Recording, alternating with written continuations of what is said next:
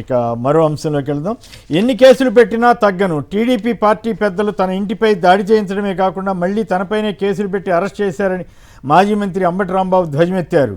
అధికార మదంతో టీడీపీ విర్రవీగుతోందని కూడా ఆయన పెట్టారు. అంబటిపై మరో అక్రమ కేసు. పోలీసులు అప్రజాస్వామిక తీరును ప్రశ్నించిన రాంబాబు, మాజీ ఎమ్మెల్యే జక్కంపూడి రాజాతో సహా మరికొందరిపైన మళ్ళీ కేసులట. ఇంటి మీద దాడి చేసిన వాళ్ళకేమో కేసులు లేవు. రఫా అని రోడ్లపైకి వస్తే కటకటాలేనని హోంమంత్రి అనిత గారు అన్నారు. ఓకే, మరి అసలు ఆ ఫ్లెక్సీలు ఏంటి, అవేంటి, ఇళ్ల మీద దాడులు ఏంటి, విధ్వంసం ఏంటి, వాళ్ళని ఎట్లా వదిలేశారన్న దానికి అర్థమే దొరకదు. బీజేపీ ఎమ్మెల్యే ఆదినారాయణ రెడ్డి గారి వ్యాఖ్యని ఈయన ఉటంకిస్తూ అంబటి రాంబాబు గారు చంద్రబాబు గారి సర్కారుకి కమ్మదనంగా ఉన్న చంద్రబాబు గారి సర్కారుకి పవన్ కళ్యాణ్ కాపు కాస్తున్నారా అని ఒక వ్యంగ్య వ్యాఖ్య చేశారు. దాని మీద మీరేమంటారు?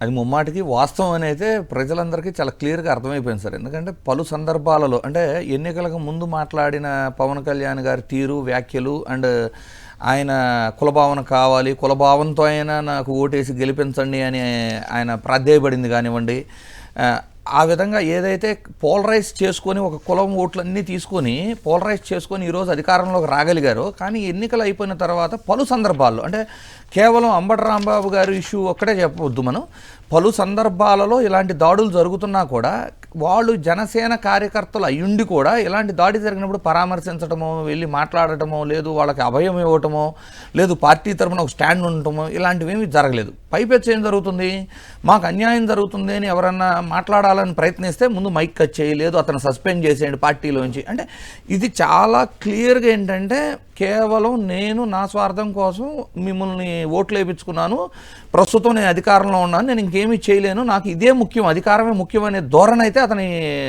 పాలనలో, అతని వ్యవహార శైలిలో చాలా క్లియర్గా కనబడిపోతుంది. అయితే ఇక్కడ ఏంటంటే అంబటి రాంబాబు గారి విషయం వచ్చినప్పుడు నాగబాబు గారు వచ్చి మాట్లాడిన తీరవచ్చు ఏంటంటే అసలు ఇతన్ని కాపుగా ఎందుకు కన్సిడర్ చేయాలి అనే స్థాయిలో మాట్లాడేశారు. అంటే మీకు ఓట్లు వేయించుకోవడానికి కావాలి, కానీ ఎలక్షన్ గెలిచిన తర్వాత ఒక సామాజిక వర్గాల్లో అందరూ కూడా ఉంటారు కదా. ఇప్పుడు కేవలం జనసేనకి ఓటేస్తేనే కాపు, అంటే వైఎస్ఆర్సీపీకి ఓటేస్తేనే రెడ్డి, లేదు అంటే టీడీపీకి ఓటేస్తే కమ్మ, ఇంకా వేరే ఏ పార్టీ చెప్పట్లేదు కదా. చంద్రబాబు గారు చెప్పలే ఏ రోజు కమ్మ కమ్యూనిటీ వాళ్ళందరూ ఓటేయమని, జగన్మోహన్ రెడ్డి గారు చెప్పలేదు తన సొంత కులానికి రెడ్డి కమ్యూనిటీ మొత్తం వైఎస్ఆర్సీపీకే ఓటేయాలని. అలా పిలుపునిచ్చింది పవన్ కళ్యాణ్ గారు. అలా పిలుపునిచ్చి ఆ ఓట్ల సాయంతో ఈరోజు అధికారంలోకి వచ్చిన తర్వాత ఆ వర్గానికి ఏదన్నా అన్యాయం జరుగుతుంటే రాకపోగా కనీసం మిగిలిన సందర్భాల్లో సైలెంట్గా ఉన్నట్టు ఉండాలి కదా. నాగబాబు గారు వచ్చి ఇంకొన్ని వ్యాఖ్యలు చేయడం, నిన్న ఏం జరిగింది చూడండి, ఆ రోజున వీడియో క్లిప్పింగ్లో ఎవరిని రెచ్చగొట్టారు అన్నీ చాలా క్లియర్గా ఉంది. ఏదన్నా పదం జారుండా కూడా దానికి పశ్చాత్తాపంగా వెంటనే మీడియా రూపంగా కూడా అంబటి రాంబాబు గారు చెప్పారు. నిన్నేమైంది, చాలా క్లియర్గా ఛార్జ్ షీట్ మొత్తం చదివి ఎంత దారుణంగా, అంటే మనం ఇక్కడ వాడే పదాలు కూడా కదా సార్ అవి, అంత దారుణంగా మెన్షన్ చేశారు. అంత క్లియర్గా ఆయన ఏం చెబుతున్నారు, నా కుటుంబంలో నా కూతురులో ఇద్దరికి కమ్మ కమ్యూనిటీ వాళ్ళకి ఇచ్చిన తర్వాత నేను ఆ మాట ఎందుకంటాను. ఈ రోజున ఏం జరుగుతుందంటే కుల రాజకీయాలు, మత రాజకీయాలు చేయాలనే దురుద్దేశంతో ఆంధ్రప్రదేశ్లో ఇప్పటిదాకా ఎప్పుడు జరగలేదు సార్ ఆ విధంగా. మొట్టమొదటిసారి 2024 ఎన్నికలు అయిపోయిన తర్వాత నుంచి మీరు చూసుకుంటే పూర్తిగా కుల రాజకీయాలు, మత రాజకీయాల సైడు చాలా క్లియర్గా వాళ్ళు వెళ్ళిపోతున్నారు. మత రాజకీయాలు కూడా చూడండి, ఓన్లీ వాళ్ళు వైఎస్ జగన్ గారి పరంపర చెక్ చేసుకోండి అని మాట్లాడే పదాలు అవనివ్వండి, ఆల్ ఆఫ్ సడన్ వీళ్ళిద్దరూ వచ్చి సనాతన ధర్మ పరిరక్షకులుగా మారిపోవటం అవ్వచ్చు. ఒక పక్క మత రాజకీయాలు, రెండో పక్కన కుల రాజకీయాలు. అసలు మనం ప్రజలకు ఇచ్చిన హామీలు ఏంటి, మనం నెరవేర్చగలిగామా లేదా, అట్లీస్ట్ కొత్త హామీల సంగతి దేవుడి వరకు రన్నింగ్లో ఉన్న పథకాలనన్నా రన్ చేయగలుగుతున్నామా, విద్యా వైద్యాన్నన్నా అందించగలుగుతున్నాం ప్రజలకి, ఈ బేసిక్ నీడ్స్ను కూడా వదిలేసి ఎంతసేపు డైవర్షన్ పాలిటిక్స్, కుల రాజకీయాలు, మత రాజకీయాలు. డెఫినెట్లీ ఎక్కడో చోట దీనికైతే ఎండ్ కార్డు పడాలి సార్. ఎండ్ కార్డు పడతా లేదా అని చెప్తాను. నిన్న అంబటి రాంబాబు గారు చెప్తుంటే నేను కూడా విన్నాను ఆ లైవ్లో. చాలా ఆశ్చర్యం, ఆయన పేర్లు సహా చెప్తున్నారు. వీళ్ళంతా దాడి చేశారు, ఇది పద్ధతేనా, ఇది కేంద్ర మంత్రి గారు సినిమా చూపిస్తాను అన్నారు, అట్లాగే చేశారు. ఇంట్లో ఆడవాళ్ళు ఉంటే కూడా దాడులు 10 గంటల సేపు, 9-8 గంటల సేపు పోనీ కనీసం అక్కడ ఉంటే పోలీసులు ఆయన మీరు వెళ్ళిపోండి అంటమే తప్ప వాళ్ళని ఎందుకు పంపించరు అనేది. అదే ఇప్పుడు చూడండి, హోమ్ మినిస్టర్ అనిత గారు ఏమంటున్నారు, రఫా అని బయటకు వస్తే మాత్రం క్రిమినల్ కేసులు పెట్టి అరెస్ట్ చేస్తామంటున్నారు. ఈవెన్ జోగి రమేష్ గారి ఇంటి మీద కూడా పెట్రోల్ బాంబు వేసిన వ్యక్తికి స్టేషన్ బెయిల్, బాధితుల మీద కేసులు పెట్టడం. ఇక్కడ కూడా అసలు చూడండి, రోడ్డు మీద రాడ్లు పట్టుకొని విచ్చలవిడిగా తిరుగుతూ వచ్చి దాడి ప్రయత్నించి తర్వాత ఆయన్ని అంబటి ఇప్పుడు ఆయన రాంబాబు బాధితుడు అవుతాడా నిందితుడు అవుతాడా అనేది కూడా రాంబాబు గారిని బండబూతులు తిడుతూ ఒక మహిళ రావడం ఏంటో అర్థం కాలేదు. రావటం రాడ్లు పట్టుకొని అంతలా వెంటాడితే ఆయన బాధితుడు అవుతాడా నిందితుడు అవుతాడా అనే కామన్ సెన్స్ కూడా లేకుండా ఉంది సార్ ప్రభుత్వం. అక్కడే దానివల్ల ఏమవుతుంది, చంద్రబాబు గారి ఏంటి గతంలో ఇంత ఘోరంగా లేదు కదా పరిపాలన, ఇట్లా అయిపోయింది ఏంటి, ఇంతకుముందు ఇంత ఘోర తప్పులు జరగవచ్చు ఏ గవర్నమెంట్ లో. నేను కొంతమంది నాయకులతో మాట్లాడా సార్, గుంటూరు కృష్ణా జిల్లాలో వేరే పార్టీల్లో ఉన్న కాపు సామాజిక వర్గపు నాయకులు సైతం అంబటి రాంబాబు గారికి మద్దతుగా నిలబడ్డారు ఈ విషయంలో. అంటే అనవసరంగా దీన్ని ఇలాంటి ఇష్యూస్ వలన ప్రతిసారి తన ప్రతిష్టను తనే చంద్రబాబు గారు దిగదార్చుకుంటారు. అధికారంలో వచ్చిన ప్రతిసారి ఇలాంటి ఇన్సిడెంట్స్ ఏదో ఒకటి చేసుకుంటారు ఆయన. రైట్. శివశంకర్ గారు సార్, ఇప్పుడు మీరు ఇందాక అన్నారు కదా, ఈ అంబటి రాంబాబు గారి విషయాన్ని ప్రస్తావిస్తే ఒక మహిళ అనేటువంటిది, ఆ మహిళకు దక్కినటువంటి అంబటి రాంబాబు గారిని అసభ్య పదజాలంతో, ఆ పదజాలం మీరు వాడలేరు నేను వాడలేరు చూపించలేం కూడా, అది మళ్ళా సభ్య సమాజం తలదించుకుంటది. అటువంటి మహిళకు వాళ్ళు ఏం చేయాలి సార్, కేసులు పెట్టలేదు. ఆమెకి అతి గౌరవమైనటువంటి పదవి గుంటూరు గ్రంథాల సంస్థ చైర్మన్ గా చేసి అదే పెమ్మసాని గారు వెళ్ళేసేసి ఆమెకు శాలువా కప్పి ఒక ప్రభుత్వ పదవినే ఇచ్చారు.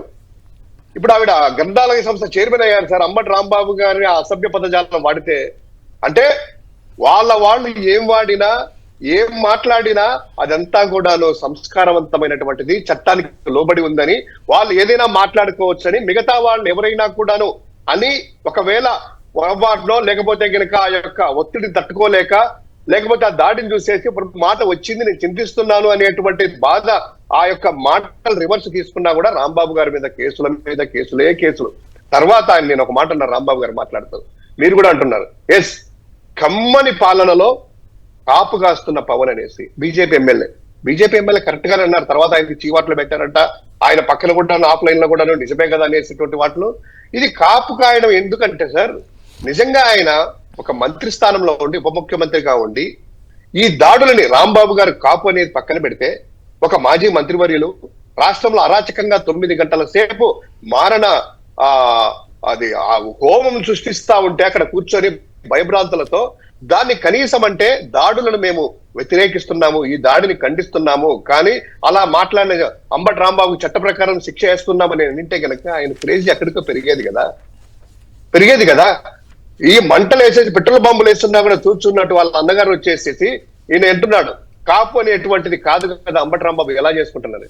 సో ఒక్కటి గమనించండి సార్, ఈ యొక్క 2024 ఎన్నికల ముందు నుంచి ఈ రాష్ట్రంలో ఏంటంటే ఒక కుల కుంపట్లు పెట్టి చేసేసి జనాలలో ఆ కులాల్లో వాళ్ళకి ఒక అగ్గి రాజేస్తూ, గతంలో చూసాము కొడాల నాని గారిని, అదేవిధంగా వంశీ గారిని, తలసిల రఘుగ్రామ్ గారిని, వీళ్ళందరినీ కూడాను కృష్ణా జిల్లాలో హైదరాబాద్ లో కూర్చొని కమ్మవారు ఒక ఏదో పెట్టారండి. ఇంతకుముందు మా వాళ్ళు చెప్పేవాళ్ళు, ఎవరు కూడా పెళ్లిళ్ళకి కూడా పిలవద్దు వీళ్ళని, వీళ్ళు అసలు కమ్మోళ్లే కాదు జగత్తో ఉన్నారు కాబట్టి అంట.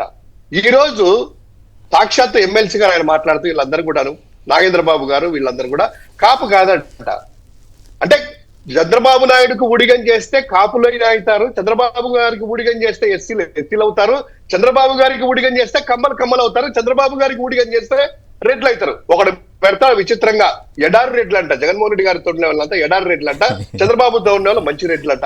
అసలు రెడ్డే కాదు జగన్ అని ఒక్కొక్కడు అంటాడు. అంటే వీళ్ళ యొక్క కులజాడ్యము ఇవన్నీ ఎవరు కనిపెడతారండి ఇట్లాంటి పదాలు? అదే సార్, ఇవన్నీ కూడా రాతలు ఇదంతా. అంటే వీళ్ళ ఉద్దేశం ఏంటంటే సార్, ఇప్పుడు కొమ్మినేని గారు మీ కులాన్ని కూడా మిమ్మల్ని కూడా ఆపోజించారు. ఎందుకంటే చంద్రబాబు గారి పరిపాలన చాలా బాగుందని ఒక్కసారి అంటే ఒక ట్విట్టర్ కానీ ఒక మాట మాట్లాడండి, కొమ్మినేని గారు మా వాళ్ళు, లేకపోతే కొమ్మినేని గారు కాదు కులం కాదు, ఆయన పిల్లలు పిలవద్దు, ఎవరు పిలవద్దు, బహిష్కరించండి, అసలు మనిషే కాదంటారు. ఇటువంటి నీచ సంస్కృతి నుంచి ఇంకొక అడుగు ముందుకేస్తూ కులాలను వాడుకున్నారు. ఈ రోజు మతాలకు వస్తారు. అదే సబ్జెక్ట్, నెక్స్ట్ సబ్జెక్ట్ అదే అనుకుంటాను. ఆంధ్రప్రదేశ్ లో ఏ విధంగా మతాలకి, ఒక హిందూ మతాన్ని దేవుణ్ణి రాజకీయాలు తీసుకుని వచ్చేటువంటి వ్యవహారము అల్టిమేట్ గా సార్ వైఎస్ఆర్ కాంగ్రెస్ పార్టీ జగన్మోహన్ రెడ్డి గారిని హిందూ వ్యతిరేక ముద్ర వేయాలి. 2029 ఎన్నికలకి వీళ్ళు 24లో కులం వాడారు, కుల వర్గాలు రెచ్చగొట్టారు, ఇప్పుడు మతం మీద జరపాలనేటువంటిది ఏకైక అజెండానే. ఇదే ఈ యొక్క 3 ఏళ్ళు జరుగుతానే ఉంటది. రైట్.